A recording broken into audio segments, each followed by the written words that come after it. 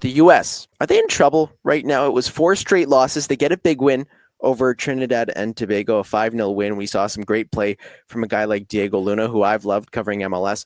But the atmosphere around this UN's men's national team, especially under Mauricio Pochettino, is not very good right now, Brendan.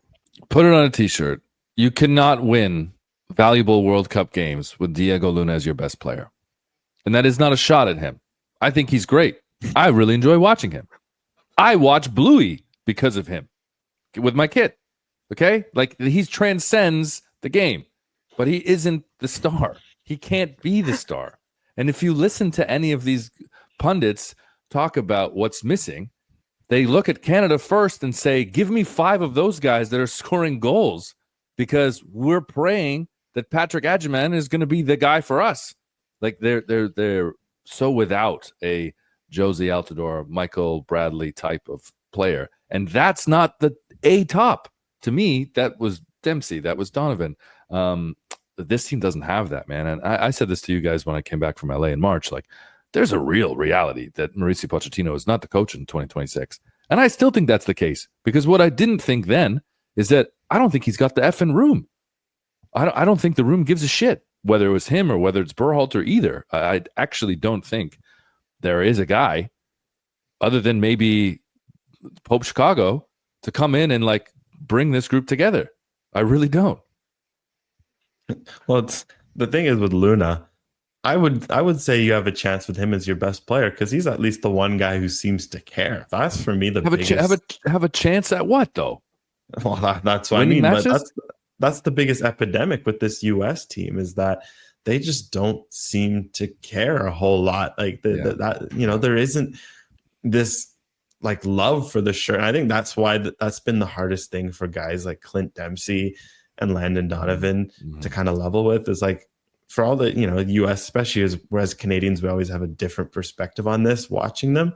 But what I'd always give those guys is they would show up and they would wear their heart on their sleeves. Dempsey would be playing big games for Fulham, Europa League games with Fulham, back when they were, making those deep runs against the likes of Juventus and all that.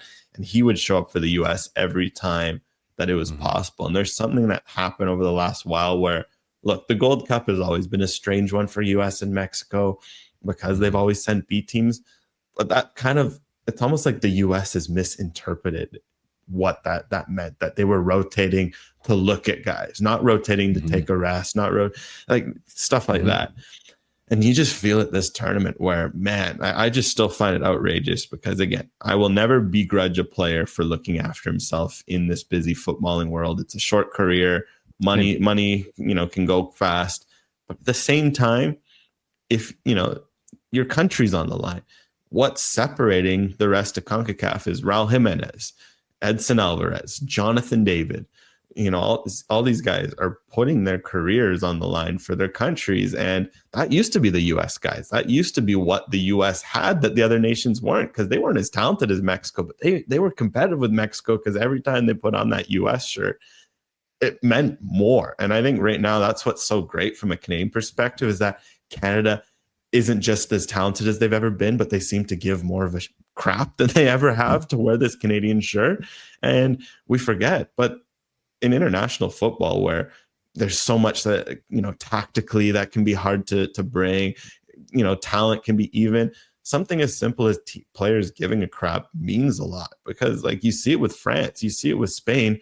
These guys want to put on those shirts every time they're available for it. And then their clubs almost have to hold them back of, no, like, please do not go play this friendly against Moldova. We have a Champions League semifinal. But that's what it means to go play in the shirt. And with Canada, we're seeing that, where Jonathan David is about to make a transformative career move. You would not begrudge him for taking a rest. And he's out here captaining his team against Honduras at the Gold Cup. There's just not that give a shit right now. Again, pardon my language, in the U.S. I think that's the hardest thing that they're over the next year, because that doesn't just show up. You don't snap your fingers and that happens. You can fix low blocks, you can fix your pressing, you can fix your depth in certain areas, but you can't fix the fact that they don't have the heart for it right now, Brendan.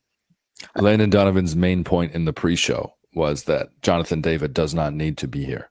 And Jonathan David is going to captain this side to a win tonight. I think is how he set that up, and maybe to a win in the tournament. And he emphasized it again at halftime and again post game that like you need players like that, and that used to just be the standard. That shouldn't be exceptional. That's what the standard should be. So to your earlier point about they need more 10 Diego Lunas, yes, they really do, and that used to just come off of the assembly line for U.S. soccer, and that's not been the case right now.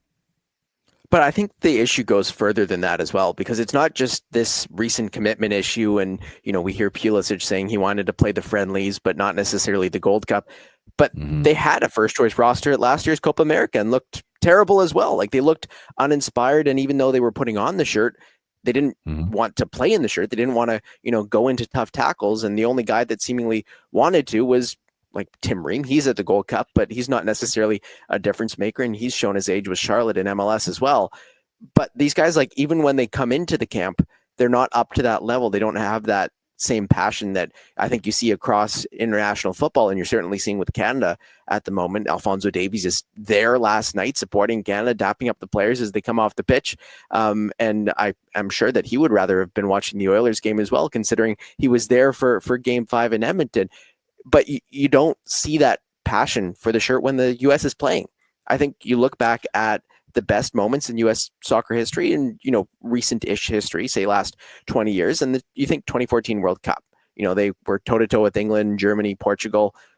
That wasn't a great group. That wasn't a well-regarded coach, but those are some of the finest American soccer memories because they gave such a crap to wear that shirt when they were, at every stage, and it peaked at the World Cup, Brendan.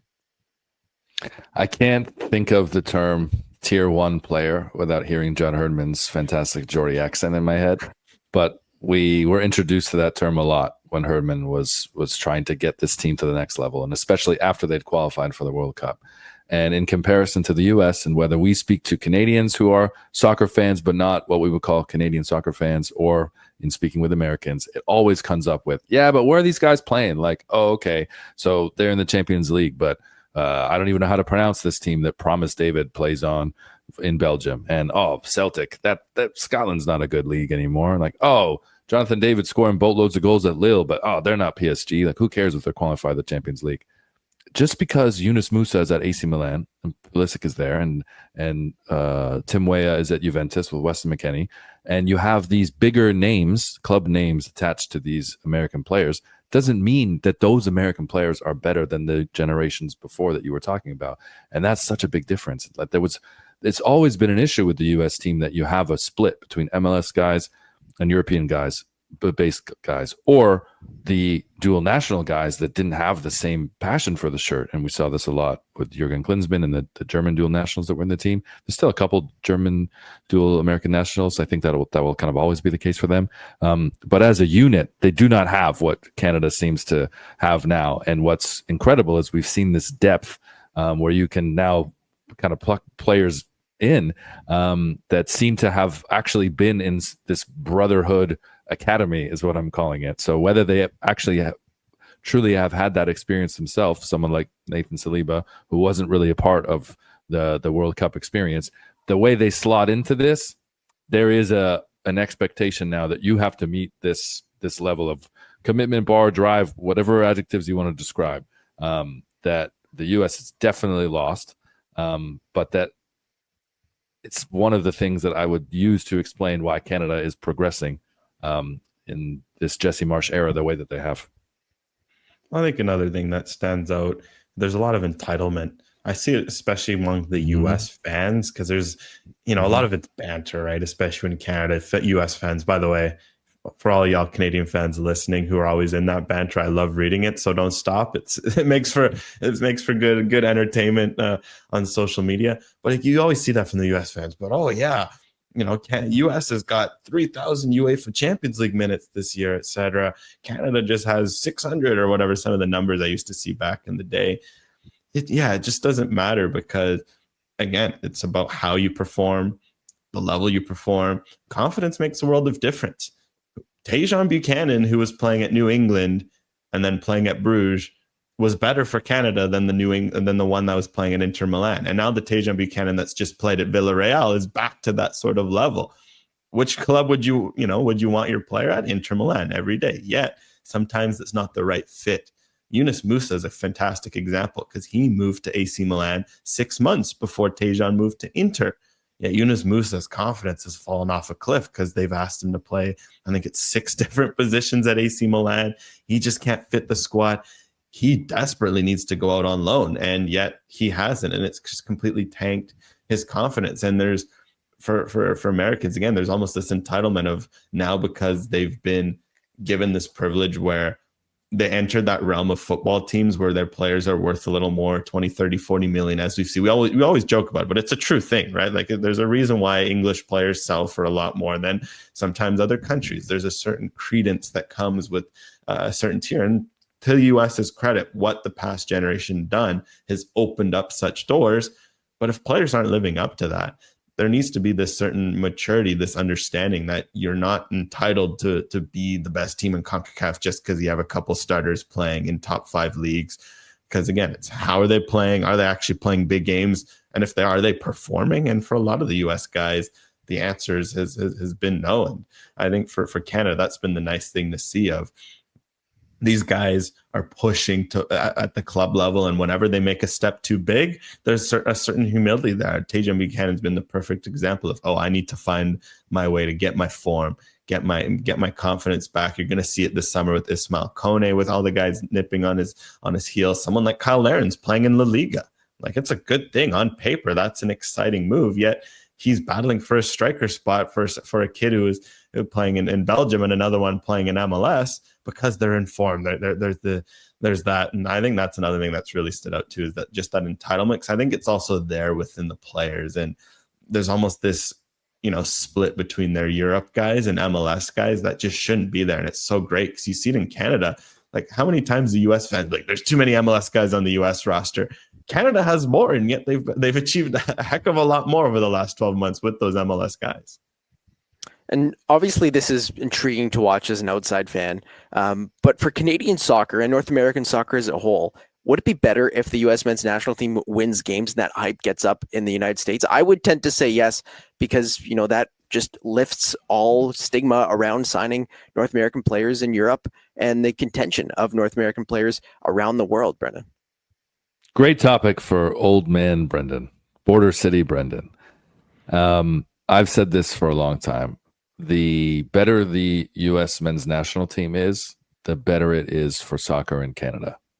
And I know that pisses off a lot of people who don't understand it, but from seeing the business side of things, both being as an on-air broadcaster, my arguments with producers, my arguments with executives, business meetings with executives, now running Canadian Soccer Daily, business meetings with advertisers, the U.S. men's national team moves the whole needle the same way the Toronto Maple Leafs ticket prices move the whole needle for tickets on the continent. Every year the NFL has a ticketing conversation about how high can we move these prices, and the comparison is always the Toronto Maple Leafs. So using that same example for the U.S. men's national team, if they're pulling $100 million on Fox, Canadian executives think that soccer has a higher potential pull, that the ceiling, the potential for soccer on Canadian television should be higher. There's always that comparison south of the border, but in so many other avenues in our lives, and we just cannot escape that. But I have seen it firsthand in the soccer business world. So as much as fans, we can enjoy the U.S. not being as good as Canada. And I think that that's okay. Maybe that's the new ecosystem for the next decade. Maybe that's possible. But the U.S. missing World Cups is not good for the soccer landscape and marketplace in Canada. And only now are we seeing players get opportunities overseas because of the players that have come before them, in the way that the older American players that we've been speaking about, Clint Dempsey especially, have opened a pathway for Americans. Canadians benefit from that. Don't be naive to think that, it's just because Alphonso Davies has done well or the world's waking up to Canada. No, the rest of the world, a lot of the world thinks of Canadians and Americans very much the same. They may have different political feelings or personal feelings towards the difference between Canadians and Americans, but exclusive to talent and players, there is not the differentiation that we put on it. and American and Canadian players are very much the same in the eyes of a lot of people overseas. So it is very good for Canadian players that you have American players at these big clubs as well. If they all fail at these big clubs, then that will harm some of the chances for Canadian players. Not exclusively, but it does. And I just think that it's not enough for Canada just to have Alphonso Davies being a superstar, or maybe having Jonathan David now at another larger Champions League club. There is a huge benefit to these American guys also being successful. But I do think we live in a world where it's possible that the Canadian men's national team is better than the U.S. men's national team. And I want to live in that world for a little while longer. Yeah, well, I think for Canada, especially the last 5-10 years, having a good U.S. team helped. I do think there's more signs that they're ready to stand on their own. That's why I'm saying that for this U.S. thing is fine, because I think a U.S. being good only helps the rest of CONCACAF if it's in the right way. If they got players succeeding at top clubs, if they kind of get that what those U.S. teams of past had, because whatever this version is, even if they were good, that wouldn't be great. That would look terrible for the rest of CONCACAF, that these guys saunter around, aren't even, doing as well as they should for club level. They come back to their countries and dominate the region. That's not good. Like that would not reflect well on Canada, Mexico, and the rest. So that's why this next year I'm kind of on the flip side, because you're right, Brendan. You're right that, ideally next year, yeah, man, if Canada, US, Mexico all made the semifinals, we'd be ecstatic. It would be phenomenal for CONCACAF football. That's probably not going to happen. It'd be great if one of them even made the quarterfinals, let alone, any of them making the semifinals. But you also want it to be for the right reasons. And I think that's what's nice with Canada right now, is that the growth, the way it's gone about, it's coming from the right reasons of the commitment to the national team, more and more youngsters going to Europe, the development of a domestic league that is ensuring that not every Canadian has to go through MLS. There's more pathways, more options. Guys like Kwasi Poku are going to Europe and they're not having had to go through an MLS academy. Ditto with the Grady McDonald, although he did go through an MLS academy. He didn't have to go through an MLS first team. Stories like that do matter. So I think from a Canadian perspective, that's why it is this last year, it feels like there's been a turn for that. You can almost enjoy this a bit more. And make no mistakes. I know there'll be fans sitting here thinking, why the heck are you guys maybe defending the US? No, enjoy it. I think it's never a bad thing. That's another area where Canada's growing enough where there's a legitimate rivalry brewing that's going to be hopefully fun to watch over the next decade plus. So yeah, I think that's something that really stands out is Canada's growth is making this discussion different.